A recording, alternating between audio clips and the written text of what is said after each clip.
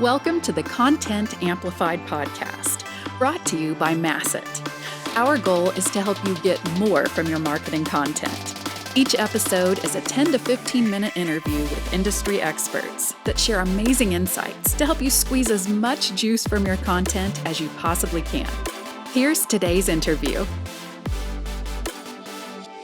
Welcome back to another episode of Content Amplified. Today I'm joined by Alina. Alina, welcome to the show. Hey, thanks for having me. Good to be here. Yeah, I'm excited for the conversation. I think it's going to be a really fun one. But Alina, let's let the audience get to know you. What do you love about content and marketing? And tell us about your background and your history. Yeah, I got into marketing from kind of a journalism background in the sense that my dad was a journalist and I just grew up loving the written word, but luckily didn't go into journalism. I went into marketing instead because I liked to write and I liked to convey an idea. And I'm in Long Beach, California, so I started at a bunch of LA-based startups. And you stand out when you're the person who likes to write. A lot of people aren't a big fan of that as much. So I started writing for websites and ebooks and guides and stuff like that, and just got so hooked into caring about crafting the exact turn of phrase that explained what my product or service did. Because I love being helpful and giving that experience to people like, thank you. That's what I wanted to know. That's all I wanted to know. So I did that at a number of startups and then spent about 5 years at Oracle, learning from really great people there and great best practices and creating even better content and tying it together even better. And now I'm at an SAP Gold partner called Archslink and kind of putting all of that experience into practice and teaching it to other people, which has just been a great experience. And I think that's a really cool background. Again, everyone has a different story about how they got into marketing, and I absolutely love it because the differences make us great, and that's what makes marketing fun. Yeah, exactly. There's a lot to love. Yeah, I love that. So today what we're going to talk about is content being at the core of everything you do in marketing. So when we say this, what does that mean to you, Alina? Like, what does that mean? How is it actually the core of everything in all that we do in marketing? When I'm talking to other executives or stakeholders that are nothing to do with marketing, and I come in with the phrase content marketing, the repulsion seems like too strong a word, but there's that resistance of like, nobody reads anymore.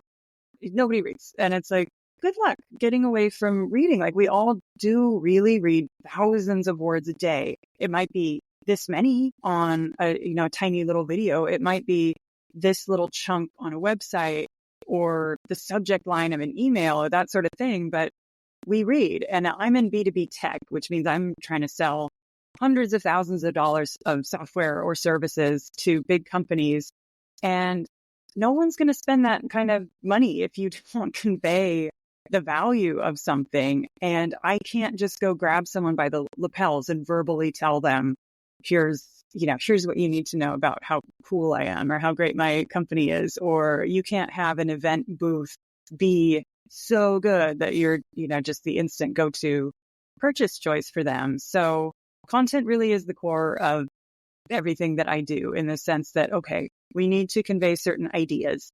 These ideas are, we are amazing in A, B, C way.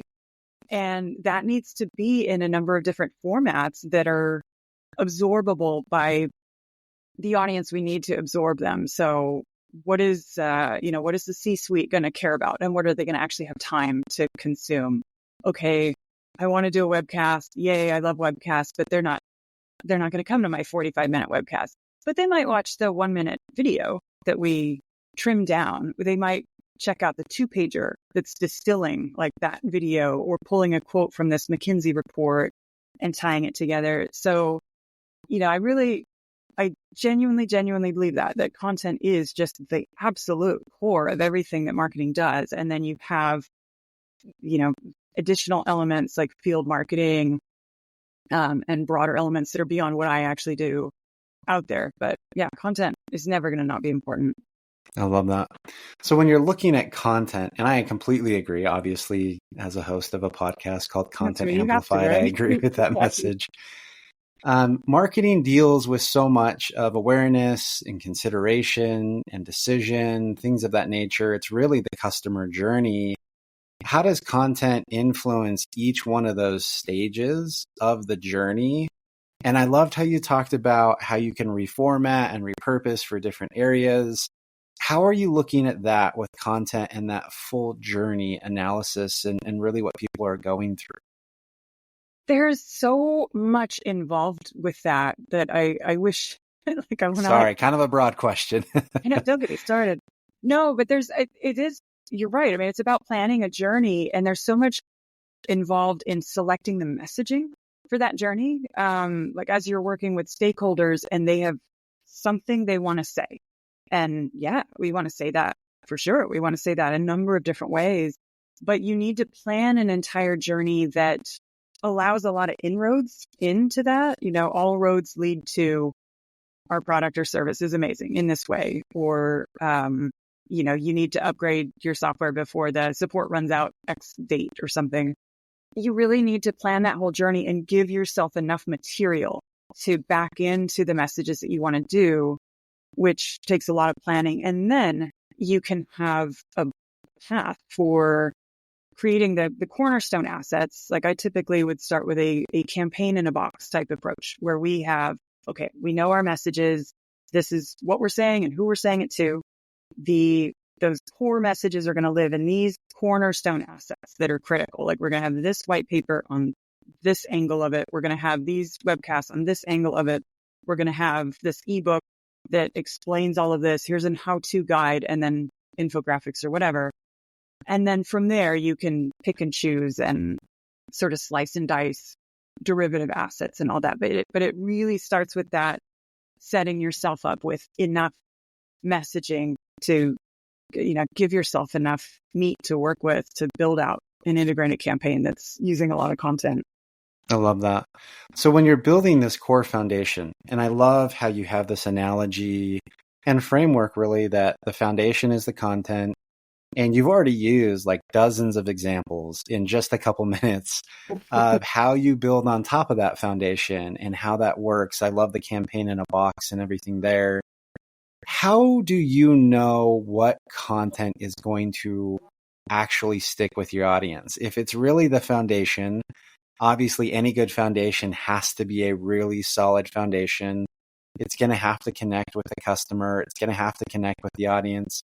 How do you personally feel like, okay, the foundation for this campaign or our messaging or how we talk to our consumer, how do you know it's good? Because tracking sucks in content just across the board. Oh my gosh, yes, it does. How do you know that it's good? Like, that's the hardest part about content for executives. Like, I have no idea if this is good. How do you think about that? Right. No, that's so true. I like to start with annoying people. So I like to just go, because many people, as I go to, the sales directors and the salespeople who are on the front lines, and I say, what are people asking about? What do they want to know? Because I feel like part of my job is to preemptively untangle those knots, those things that are preventing people from making purchase decisions, what's making them nervous. And I want to go get all those concerns and preemptively address them in some sort of content. So I go to everyone who's talking to customers. I go talk to people who are in the industry, ask them the same thing. What's everyone talking about? What's on everyone's minds? Like, tell me AI in another phrase. So I go bug a bunch of people. I also am a data nerd. So I do, big grain of salt on the data for content, but I will dig in and see, okay, well, we published these number of assets over the last year. How are they doing? Is one like really just kicking butt compared to all the others? Okay, I'll give that some weight. And then when we're working with third party, if we're doing like a sponsored webcast, if we're doing a sponsored ebook or something with a publisher, I am all up in their business, just like, what's getting clicks right now? What do people want to know about? And then working with my team to layer on, okay, well, what's our point of view on these topics that I just got back from this vendor? So I think it's all about annoying people to get info you need. I love it. I mean, that's every good foundation, every good relationship is built on annoyance. So I love that. Yeah, I think that's how it's supposed to function. I Yeah. love that. Okay, so we know that content's the core, it's the foundation. You're using the resources, talking to people on the front lines and partners to build a solid foundation that's going to click. How Mhm. from there do you determine the channels and the distribution for the content? Like you've talked about, different people go through different journeys, and maybe that executive isn't going to watch a 40-minute, webcast, but they might watch the 1-minute summary. How are you Mhm. picking how to repurpose that content and distribute it amongst your channels? That's a great one. Honestly, like the pure candid answer for that one is just bandwidth of the team. And I'm sure a lot of other like departments have that sort of challenge. It's okay, what channels do we think we can really own and nurture quite well? And how do we, keep feeding that beast, and we can layer in other ones as they come along. But that's one component. The other is what channels we are trying to actively grow. Like for us, we're trying to get more organic traffic. We're trying to get more growth. So that guides us a little bit more toward favoring our blog a little bit, or trying to get those videos out there for the search engine benefit that those might give. But it's tough. We support the channels that we can, and we mainly focus on just having the content available. Which ones would we know we're going to use if we need something shorter for executives, even if there isn't a fantastic home for it on a high promotional channel. It's still something that's in our sales team's hands, that as they're getting close to that finish line, they at least have available to them as a resource. And I'm good with that, even if it's not as heroic demand gen. I love that. And I think that the point you brought up at the very beginning, the bandwidth piece, Mm-hmm. every single marketing leader would be lying to themselves if that wasn't a major component of why Right. they pick the channels and the mediums and the formats that they do. Yep. And Yeah. that's why startups should focus on one channel, in my opinion, and grow the one channel, get good at it. And then when you've got that built, then move on. You can't do everything all at once. Massive marketing teams can't do everything at once. You have to master and then move on. So I love that point. Exactly. I think that's just the most solid advice, because it is so true. Look at your resources, see what you can do, and then do the best job you can within those constraints. I think that's great advice. Exactly. And if you have data that has said, hey, if you have an hour, spend it with this platform versus the other, the reward is so much better on this. Definitely look into that and play to your strengths as much as you can. And then you can grow, hopefully, get some resources. Yeah, I love that. So you used my magic words. You said AI. So I'm Yeah. curious, and we talked about bandwidth, we talk about content. It's hard not to bring this up. How does AI play a role in telling the right stories, distributing those stories? How should we think about it? Because again, content's at the core of everything. And honestly, AI is writing most of the content out there on the internet nowadays. How do you look at it? How are you harnessing it? And what should you pay attention to?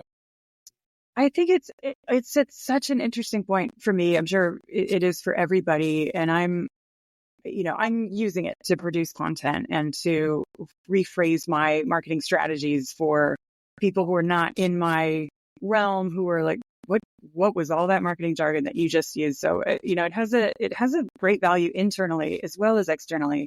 But I think the corner that I'm turning with it right now is trying to use it effectively for myself, and also to use it to alleviate some of the stress that my stakeholders have. Like, I'm trying to tell the story for supply chain right now for these, very specialized trades. And you don't want the idiot in marketing writing that stuff. It's as much as I can go and like research and write a book report and stuff like that, which I do still do. But, I'm finding a way to tell them, hey, there's going to be an AI element of this for the research that I'm pulling together, or the concepts I want to write about. So I'm going to them and saying, hey, look, it's changed where you, stakeholder, don't have to actually write this entire thought leadership piece yourself, but you do need to be able to give me enough to go do the homework myself and go, get you an AI draft. And then we can, as humans,